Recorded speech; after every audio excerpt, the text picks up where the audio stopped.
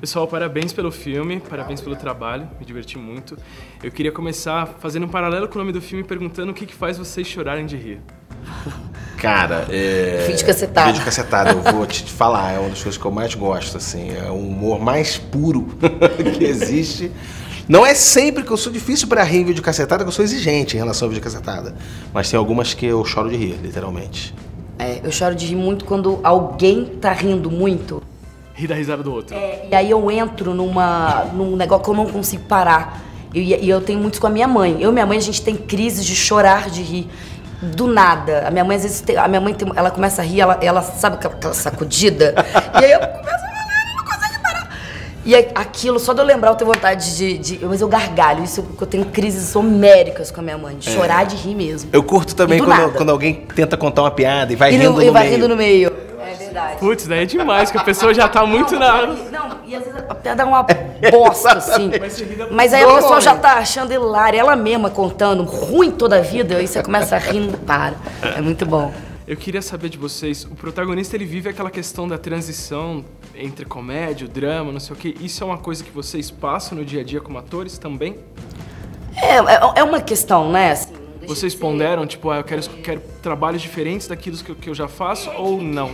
Eu acho isso maravilhoso, porque eu sou atriz, eu acabei, sei lá, tem 10 anos que eu só faço comédia, eu amo, eu tenho uma vocação danada, eu amo fazer. A gente tava falando, o que acontece se eu tô fazendo comédia, eu tô fazendo comédia, então as pessoas estão me chamando pra fazer comédia, porque é uma bola de neve também, é uma coisa que vai, né, igual ele que é roteirista, que ele falou que tem umas coisas que ele escreve terror, mas ninguém chama ele também muito pra... Né, pra escrever outra coisa. Acaba que você começa a escrever coisas de comédia. Porque eu não sou um ator, né, de ofício. No filme, tudo bem, mas lá no choque de cultura também. Mas, em geral, eu gosto mais de escrever. Então, acontece também isso. Assim, começa a dar certo. Sim. E as pessoas começam a te reconhecer por fazer aquilo. Então, naturalmente, elas te chamam pra fazer outra coisa. E o filme retrata isso bem, porque acontece isso com o personagem do Hassum, né? Ele quer mudar pra fazer o drama e as pessoas dizem, pô, mas peraí, você é o maior comediante do país. Por que você quer mudar? Porque também você fica um pouco refém desse sucesso em determinado segmento, né? Às vezes você mesmo pode ter ou recebe uma proposta para fazer, você quer fazer, mas às vezes o teu público não quer que você faça, imaginando, sei lá, com medo que você deixe de fazer o outro, enfim. Então acho que tem esses dois lados, né? Mas é tão difícil quanto, assim, né? Você fazer um drama e você fazer uma comédia, né? Sim. Inclusive, eu tava na outra sala conversando com o diretor, que eu acho que tem muito preconceito em relação da, tipo, e o que o filme trata, no ator de comédia, versus, até a gente for ver premiações grandes, Oscar, coisas assim, você não vê um comediante ali. E isso é muito ruim, cara. O mercado acaba... Ele reduz, né, assim, tira mesmo a importância, assim, como se não fosse nada. E é engraçado. O drama, o fazer chorar, uma coisa, ele entra num status, né, dá um chiquismo pra coisa, né, que é como se a comédia realmente não valesse a pena, ou não... E é engraçado que no Brasil, sei lá, as grandes bilheterias, a maioria são comédia, né? A base do cinema brasileiro é comédia, daí a gente tem aqueles ações, favela, não sei o quê, e cinebiografia, e basicamente gira... E aí acaba que você pergunta, pô, mas é menor aonde, né? Não, pois é. Fato. Mas, por exemplo, você comentou agora que você gosta de escrever gêneros diferentes. Você já sentiu dificuldade em trazer outras coisas pro mercado por conta da comédia? A galera olha, não, você é o cara da comédia. Não, pra ser sincero, assim, ainda não. Mas assim, minha trajetória no mercado mesmo, ela ainda é recente, de uma certa forma, né? Acho que foi dos últimos 2 anos pra cá é que a coisa tomou uma proporção maior, assim. Então... eu seria injusto, assim, de dizer que o mercado já me rejeitou, porque não rejeitou, mas também ninguém perguntou. Você tá surfando a onda ainda, você ainda não quis nadar novas águas. Mas eu vou testar, vamos ver.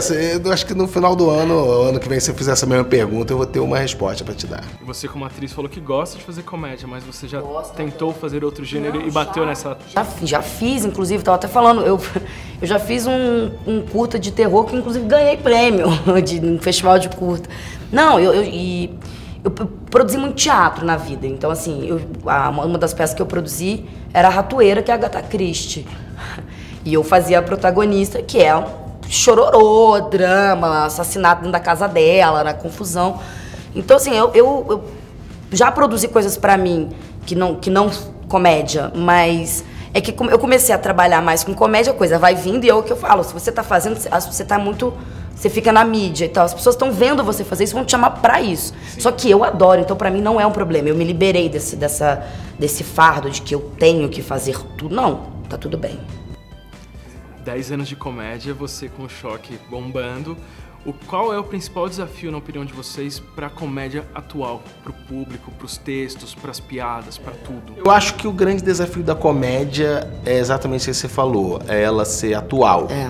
Assim, eu não vejo o grande desafio da comédia de ser atual, é ela estar em consoante com o tempo que ela vive. Assim, não adianta... A gente até uma vez a gente brincou no Choque de Cultura, que ele falou assim, é um filme que está à frente... falando do Gurgel, que era um cara que estava à frente do tempo dele. Pô, então ele estava errado, entendeu? Ele tinha que estar no tempo dele, né? Ou então 40 anos atrás e tal. Ele tinha essa crítica aí. Mas em relação ao humor, eu acho que ele tem essas duas coisas. Ele precisa ser atual. Sim. E ao mesmo tempo, talvez aí sim seria um passo além, é ele ser atual e permanecer atual. Isso é que talvez... Que é uma dificuldade, né? Tem coisas, obviamente, que você vai fazer, que são críticas, que tem muito a ver com o tempo que você vive, e às vezes você vai depender mesmo, né? Daquele momento. Mas tem críticas que você faz que elas são atuais. Né? Porque tem problemáticas que a nossa sociedade carrega por anos e não evolui em nada. Às vezes você vê umas coisas no YouTube dos Trapalhões, Chico Anísio e tal, você fala, pô, isso aí poderia ter sido feito ontem. Música muito assim, né? Mas é engraçado isso que você está falando, porque recentemente eu entrevistei o elenco do Sai de Baixo e um dos pontos que bateram muito na tecla foi no texto, porque naquela época que estourou, fazia-se piada com pobre, com mulher e não sei o que, mas hoje... A gente está completamente diferente, como humoristas, vocês podem dizer, em termos do texto, a preocupação, tipo, será que essa piada vai passar do ponto? Será que cabe? Será que não cabe? Será que vai ser mal aceita? Mas eu vou te falar uma coisa em relação a isso. Não me assusta não, pelo contrário, e eu acho que está melhor hoje em relação a isso. E, recentemente eu vi uma coisa acho que era do Rick Gervais, que ele falou muito interessante, assim, que ele é um desses que não abaixa a cabeça para nada, né? Não é o tipo de humor que eu faria, mas ele não tem nenhuma preocupação assim, ofender e nada, e ele reclamava exatamente das pessoas que reclamavam do mimimi. Ele dizia assim, cara, você que reclama quando alguém fica chateado com a tua piada, tipo, para de fazer piada, porque o lugar do cara que vai fazer humor é receber críticas, realmente. É claro que o primeiro crítico ao meu trabalho sou eu mesmo, então lá dentro do Choque, quando a gente faz, dificilmente a gente faz uma piada que a gente não gosta. Então a gente está meio inserido nesse tempo. A gente faz o Irmão do Jorel, por exemplo, que é para infantil. Então a gente está muito antenado em coisas das quais assuntos que você deveria tocar ou não, e maneiras de falar e maneiras de não falar. Então é natural, internamente você já tem esse radar e você já tem esse sinal. E muitas vezes a gente faz assim, mas isso aqui pode ser interpretado assim. Então a gente não faz. Mas só que existe todo um campo de piadas que você não só pode fazer, como você deve fazer. Deve fazer. E que são importantes serem feitas para se criticar coisas, tocar em determinados assuntos, né? Tem uma clássica que é... Aqui não tem lugar de preconceito, que preconceito é coisa de cigano. Embora eu imagino que um cigano, ele, em um primeiro momento, poderia ficar ofendido, mas quando ele lê, ele vai ver assim, não, o cara está exatamente sacaneando o cara aqui. Não se diz preconceituoso e faz um preconceito na mesma frase. Na mesma frase. Né? Que é algo que acontece no dia a dia, né? Então, é o tipo de piada que a gente se propõe a fazer. E se alguém reclama, eu banco aquilo. Não no sentido de, eu não tô nem aí pro que você acha. Não, eu me importo com o que você acha, mas eu acho diferente.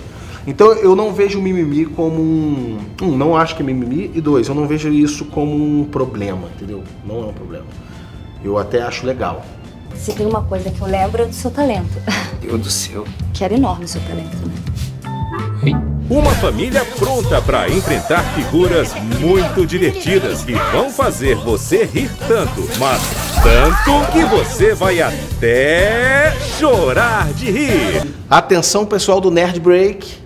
Dia 21 de março, nos cinemas do Brasil todo. Chorar de rir. Com Caíto Manier. Carol Conte. Leandro Hassum, um elenco importante. Meio ruim, assim, um elenco bem mais ou menos. Otávio Miller, Monique Alfradique. Uma galera legal. Não perca, assistam. tem que ir no primeiro dia. Primeiro dia, dia 21 de março. E depois ir no segundo e no terceiro dia.